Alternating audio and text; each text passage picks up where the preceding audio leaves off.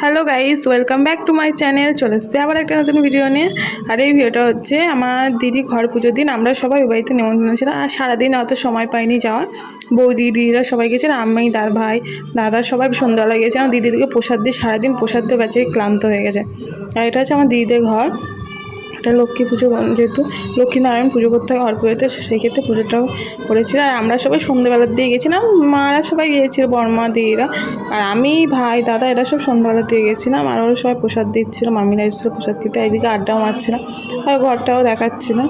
এইদিকে আমি আমার ভাই তো ক্যামেরার সামনে আসতে ওর লজ্জা, ও ওইসব পছন্দ করে না। এদিকে দিদি আলোচনা করছিল, কেক প্রসাদ খেয়েছে।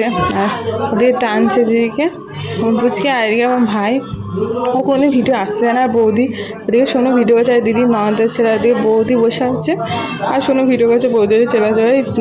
আর আমার ভাই তো কোনো দিন ওকে ভিডিওতে নিলে ওরকম খ্যাঁকা করে, ও পছন্দ করে না।